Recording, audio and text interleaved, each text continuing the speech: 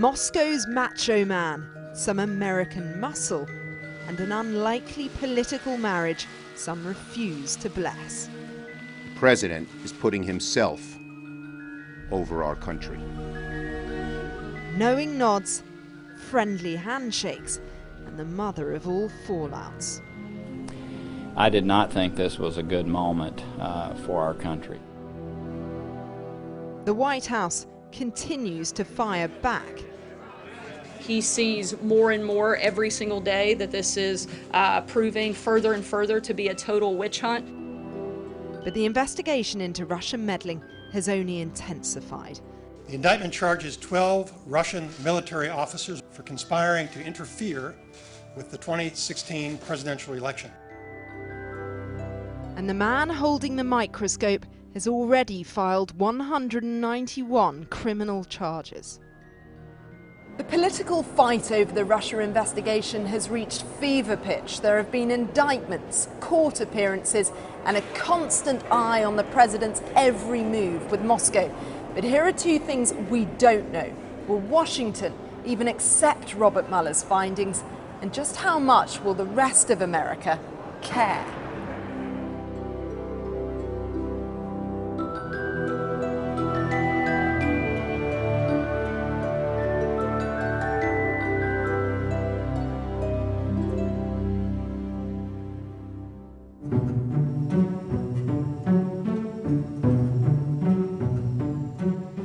Donald Trump's trip to Helsinki to meet Vladimir Putin muddied the political waters for his own party. And on Capitol Hill, unsettled senators grilled his chief diplomat. Foreign Relations Committee will come to order. It's the president that causes people to have concerns. And I'd love to have some insights into you as to, for instance, at the Helsinki conference, to create an equivalence between our intelligence agency and what Putin is saying that shocks people. Is there a strategy to this, or is it, what is it that causes the president to purposely create distrust in these institutions and what we're doing? Senator, I disagree with most of what you just said there. You somehow disconnect the administration's activities from the president's actions. They're the one and the same. Make no mistake, who's fully in charge of this. The Mike Pompeo trying to say, look at our policies, and the senators saying, look at what the president's saying on Twitter, that's not your policy. And it really raised this question of whether we have two Trump administration foreign policies, those of his Secretary of State and other officials, and those of the president himself.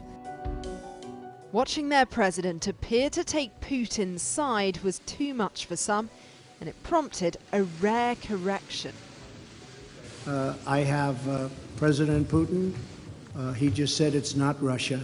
I will say this, I don't see any reason why it would be. The sentence should have been, I don't see any reason why it wouldn't be Russia. Sort of a double negative. He does not seem to be separating the question of Russia interfering in the election from the question of his own legitimacy as a leader. And I think among his supporters, they feel the same way. It's hard to say, let's get tough on Russia for this meddling, because that means that we need to be tough on the fact that they may have interfered in a way that helped Donald Trump. They're dying to see us make a little bit of a mistake. They analyze every word. They say, did he say that? Could it have been? Did he say something positive about Russia? I think he loves Russia. Be nice to get along with Russia, but that's okay.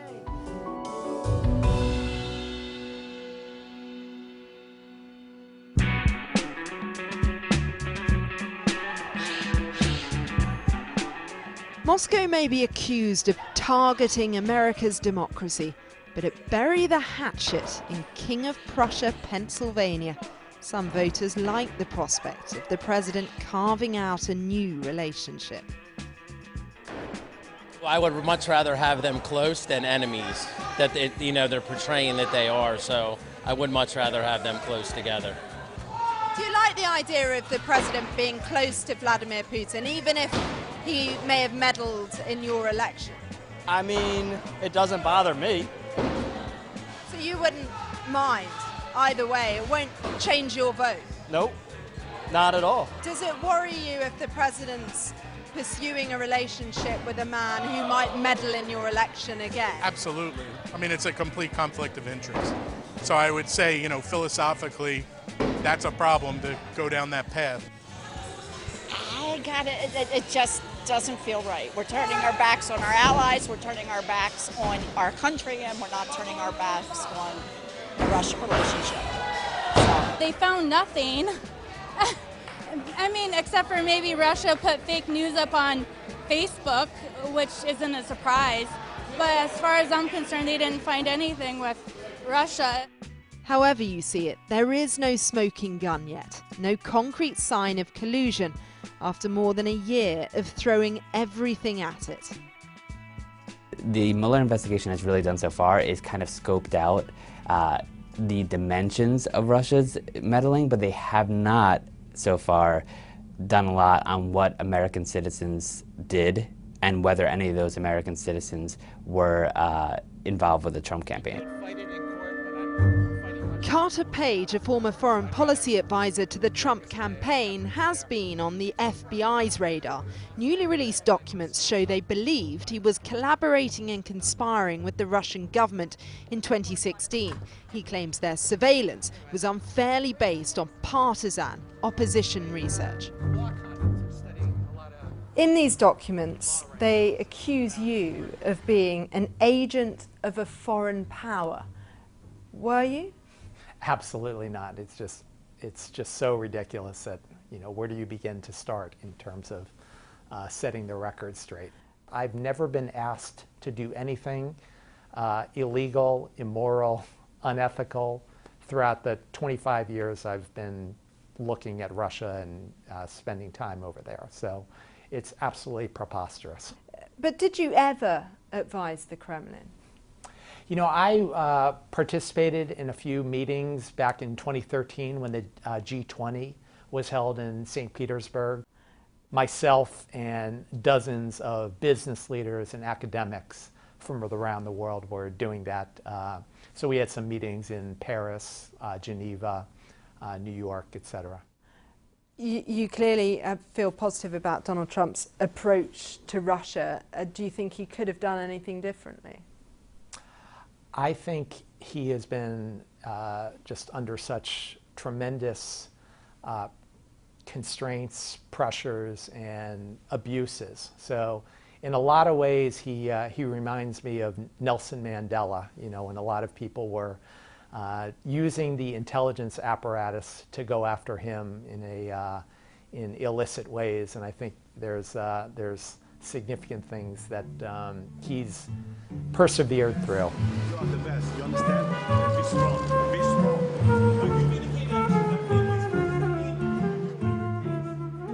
Michael Cohen, Trump's former fixer, isn't sounding quite as convinced, and the president's current lawyer is on the attack. The man is a liar, a proven liar. There's no way you're going to bring down the president of the United States on the testimony, uncorroborated, of a proven liar. He's reportedly prepared to tell the FBI that then-candidate Trump knew about the infamous meeting at Trump Tower, where Russians were expected to dish dirt on Hillary Clinton. Paul Manafort, Trump's former campaign chairman, was there. This week, he's the first to take the stand, accused of fraud, which he denies.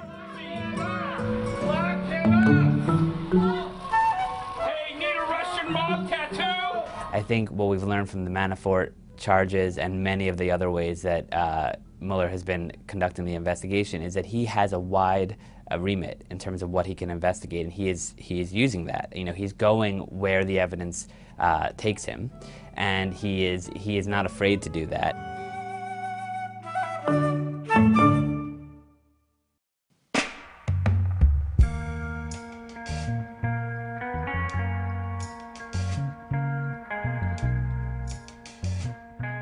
The Russia probe casts a long shadow over key states like Pennsylvania. Public faith in the man steering the dizzying details has dipped, and there's skepticism in the air. I don't think it's a witch hunt. I think the press in the United States is paying more attention to President Trump, and they're after him all the time. They won't let him alone. You know, if he did something wrong, that's one thing, but he ain't done anything wrong yet. Do you trust the Russia investigation? I'll let you know when it's over. I mean, I think I do. He's basically saying he trusts Putin more than he does his own FBI. Close to treason as far as I'm concerned. What do you think of the Trump and Putin relationship? I can't believe that an American president would be so enamored of a Russian leader. He seems to be leading us down a path that we don't know where it's going. Does it bother you that Russia meddled in the 2016 Not at all. election? Why not? I don't care. He won. Doesn't matter how he won. He got it. He's in there, right guy for the job. Gonna make it done. The distant glow of the midterms is looming, and one glaring central question remains unanswered. Did Trump or his associates work with Russia?